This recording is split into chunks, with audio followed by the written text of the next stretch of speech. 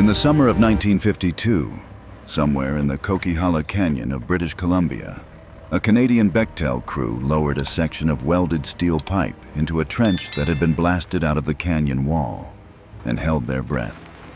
The machine doing the lowering was a Cat D8 fitted with a side boom attachment. The boom extended laterally off the right side of the D8's track frame, reaching out over the trench, holding the pipe section suspended while the operator managed the drum, and the weight on the opposite side kept the whole rig from tipping into the canyon. The pipe weighed several tons per section. The trench ran along a slope with no flat ground.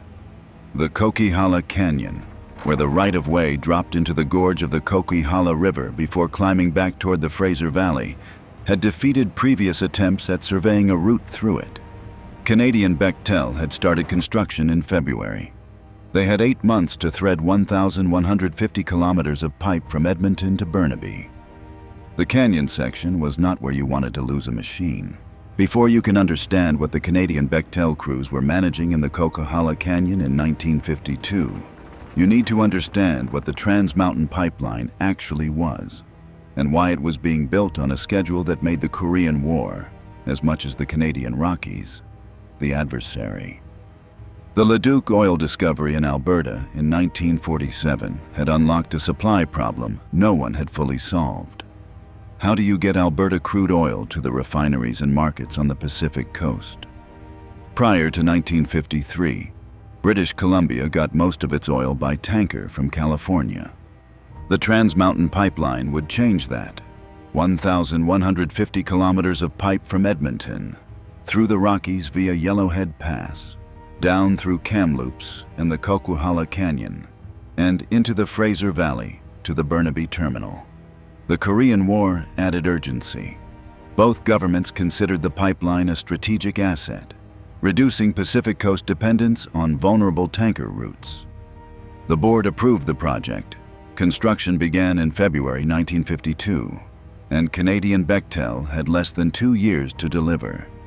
Before we get further into this, subscribe to the channel if you're looking for Canadian heavy equipment content that actually knows what it's talking about.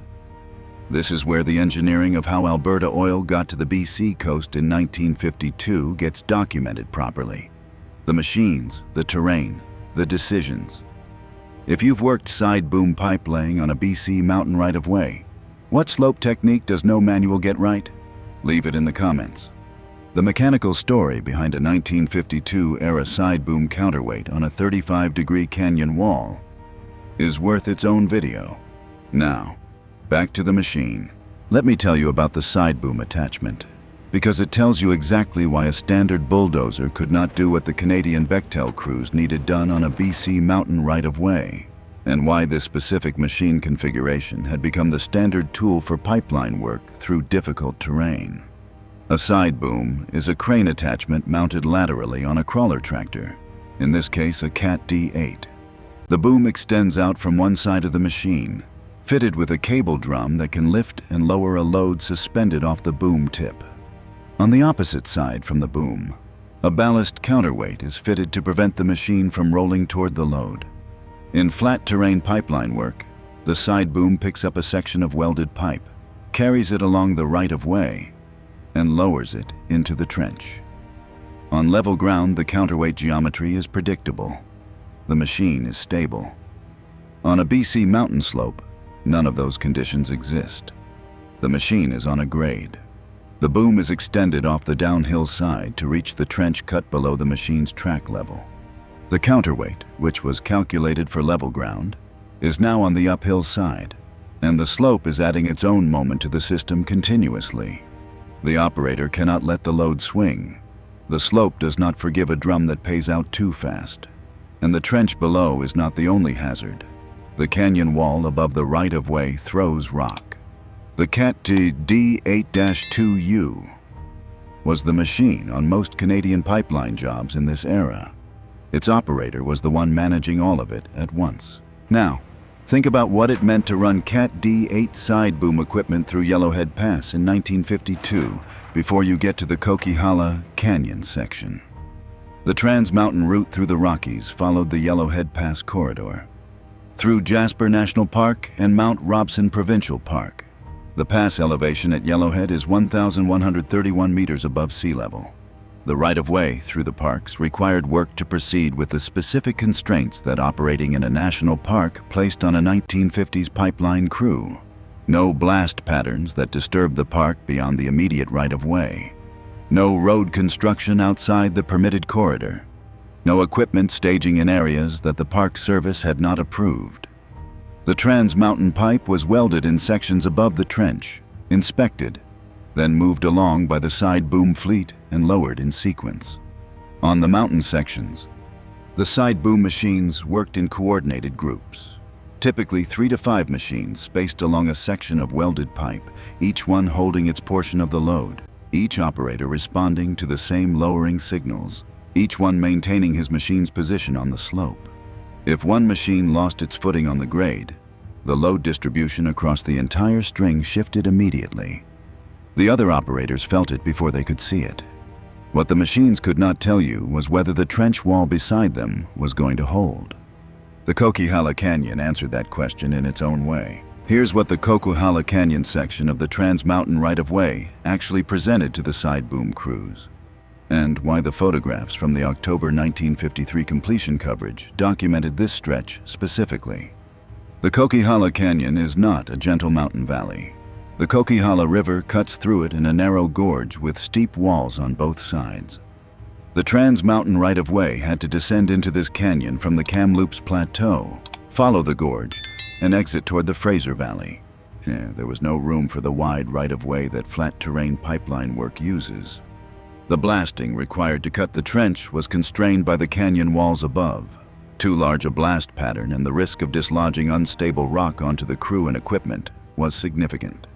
The side boom machines were lowering pipe into trenches cut into slopes where the canyon wall above was unknown.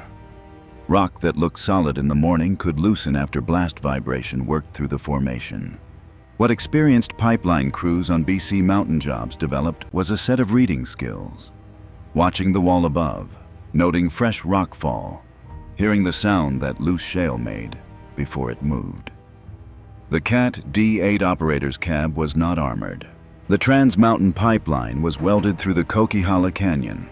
The final section was placed near Aldergrove, British Columbia on October 17, 1952. Oil began flowing from Edmonton to Burnaby in October 1953. The project came in at approximately $93 to $100 million. Sources in the historical record vary on the exact figure. Before oil could flow, the pipeline had to cross the Fraser River, one of the 2 major river crossings on the route, along with the Thompson River. The Fraser crossing required a tunnel under the riverbed. Workers blasted through rock, drained swampland, and constructed the tunnel section that allowed the pipeline to pass under one of the most powerful rivers in British Columbia. When the Trans-Mountain pipeline opened, British Columbia's dependence on California oil tankers ended. The pipeline carried 150,000 barrels per day at opening capacity. It was the first pipeline to cross the Rocky Mountains to the Pacific coast. The CAT D8 side boom machines that lowered pipe into the Coquihalla Canyon trench did not know about the CPR. They knew the grade, the load, and the signal to pay out the drum. That was enough. Here is what the Trans-Mountain pipeline construction through the Coquihalla Canyon tells you about operating CAT D8 side boom equipment in BC mountain terrain, and why the skill carried by experienced mountain pipeline crews in 1952 was not in any manufacturer's manual. A CAT D8-2U running a side boom on level ground is a machine that the operator can read clearly. The counterweight geometry is stable. The load hangs where the boom puts it. The only variable is the drum speed. At a CAT D8-2U on a 20-degree canyon slope with a pipe section hanging off the downhill side is continuously telling the operator something. Through the track vibration, the drum brake tension, the way the machine wants to creep sideways on the grade. An operator who had spent months on the Yellowhead mountain sections understood those signals. One who had only run side boom on prairie pipe was working with a manual that didn't cover this situation. The Trans-Mountain pipeline has been in operation since 1953. The capacity has expanded multiple times since.